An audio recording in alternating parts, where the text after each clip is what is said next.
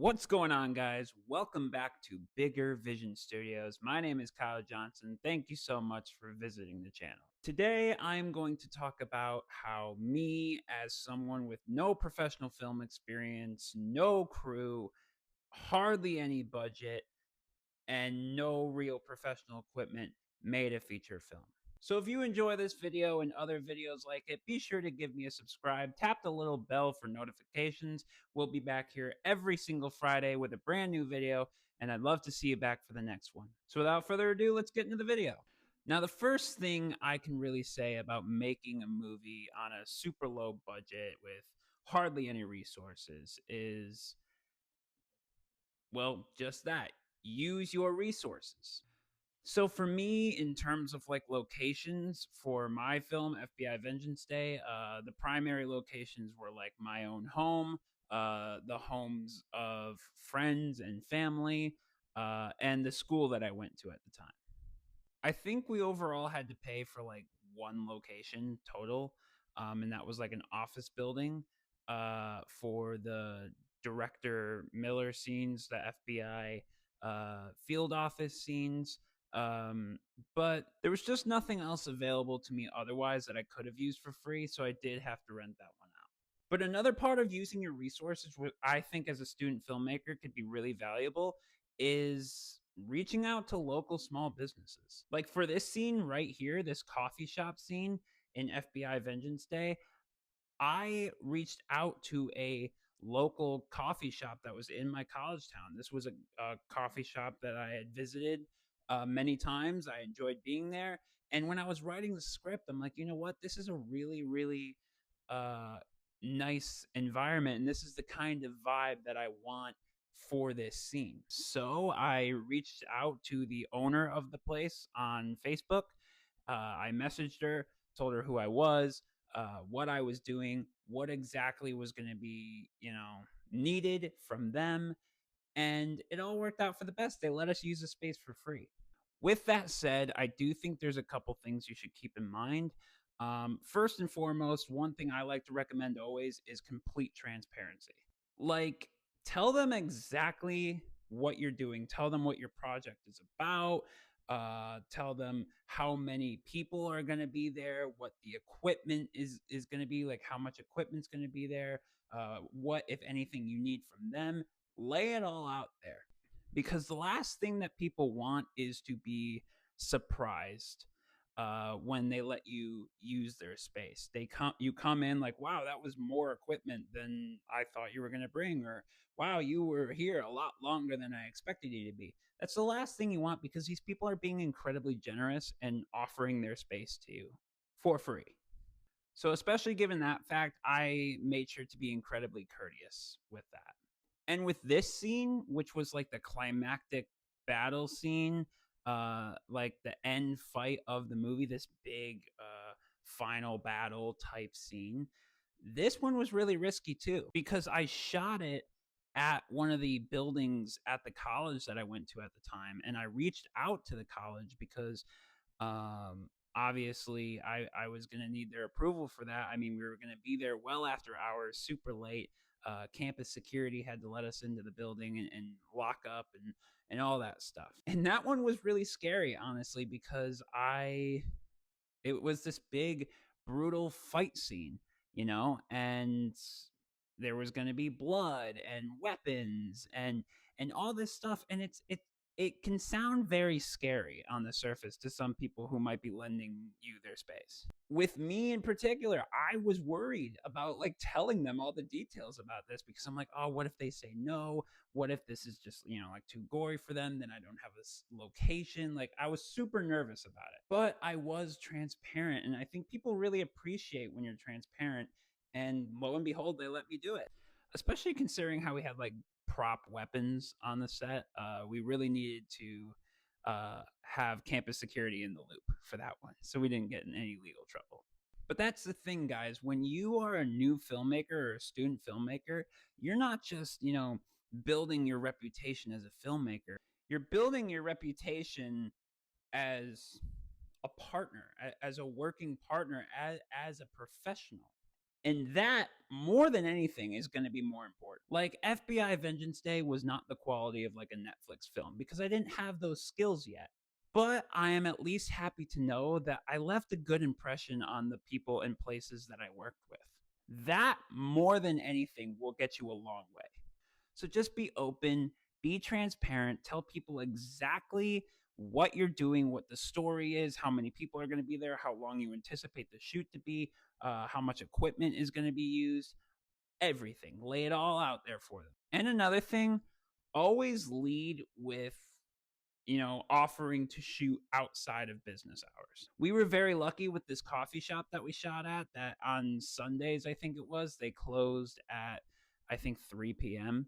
And this was a daytime scene that we had to do. So we had to shoot it during the day. So we had to make sure we could get there on a Sunday to shoot it after hours. We even got some product placement in there, even though, we're not like a big company or whatever. But, it was little things here and there, and working with them was a overall very pleasant experience. Shout out Buzz Cafe. If you're in Adrian, Michigan, or around the area, go check them out. The next part about using your resources, I would say, is actors, talent. Now, I was lucky enough to where I had been doing an undergrad in theater at the time, so I knew a lot of actors. I had a big connection to actors and a big network of actors. Um, but if you're a student filmmaker and you know other student filmmakers, odds are they have a network of actors that they've worked with as well. So reach out to them.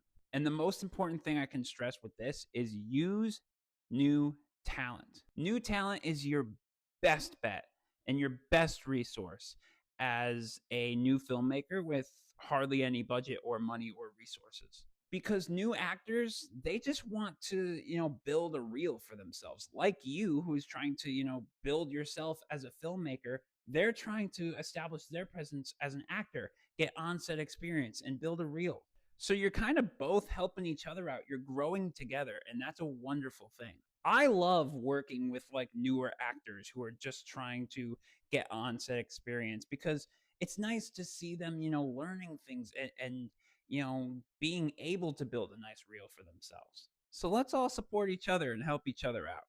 So that was a major part of making this movie on a budget with, hardly any money or anything really to work with, was really working within my means and really using my resources to my benefit. There were some locations like we shot at a lake. We shot at, one of my family members' houses. Um, and we drove across state lines to use those locations just because that's stuff that I had readily available access to. So, like, using your resources, no matter how tough it is or how inconvenient it might be, is really going to benefit you in the long run. Because me personally, I'd always rather use a free location than something that's closer that I would need to pay for. Now, let's talk equipment. Equipment is obviously really important when it comes to content creation, when it comes to filmmaking. You want to have equipment that could accomplish your goals in terms of making your film look how you want it to look, giving it a nice visual and sound quality.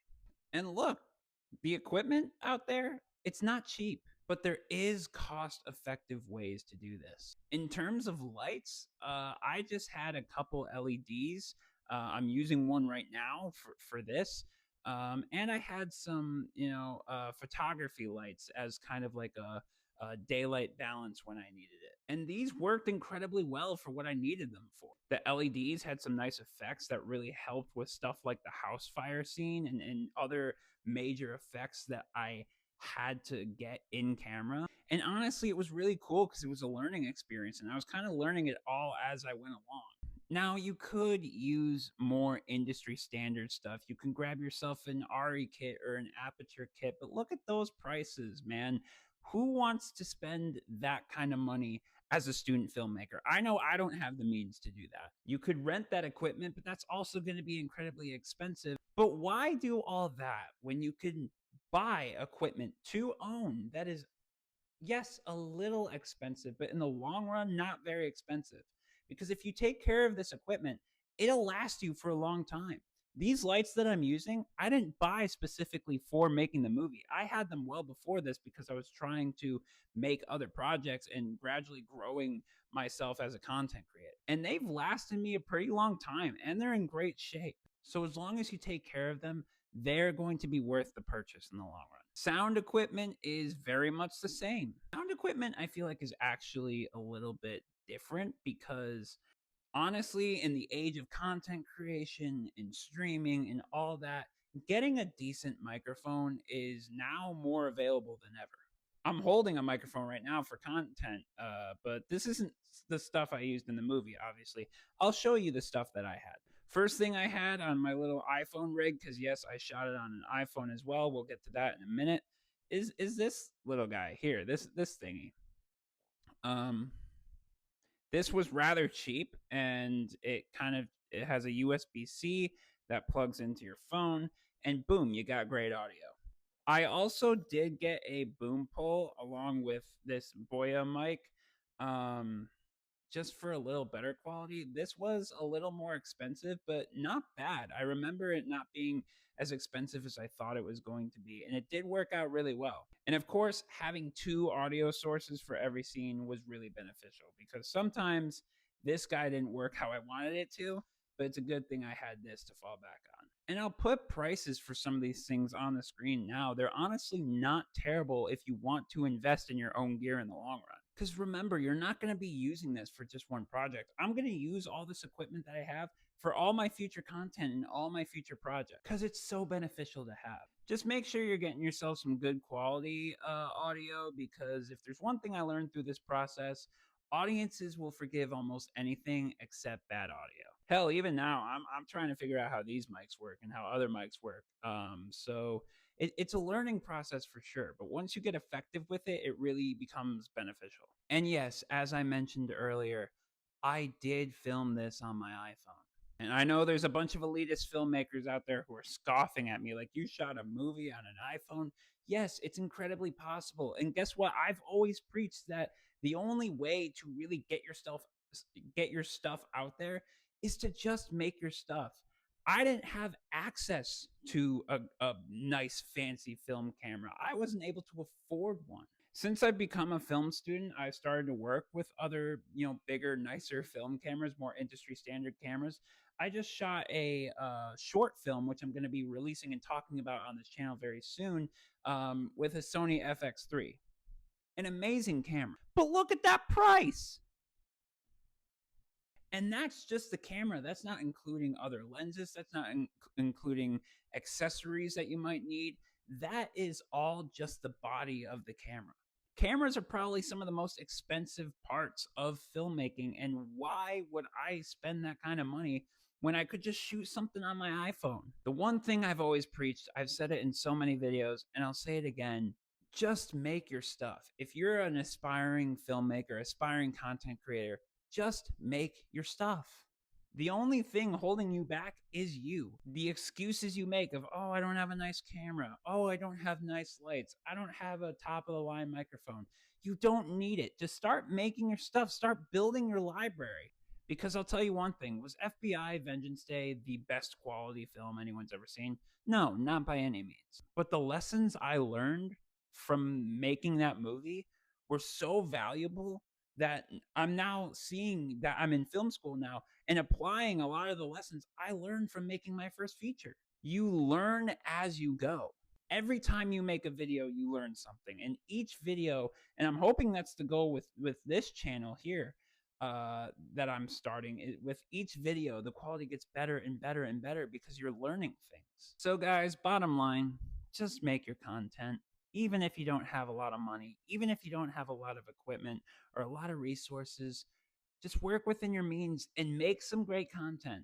I promise you, you can do it because guess what? I did it.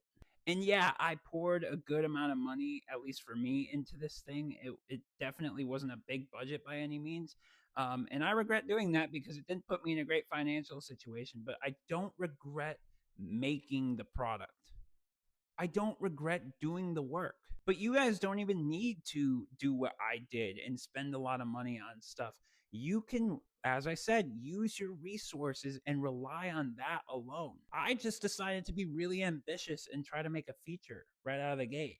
And if that's what you want to do too, go at it. Anyway, guys, that's all for this week. I do appreciate you stopping by this video. I'll see you in the next one. Get out of here.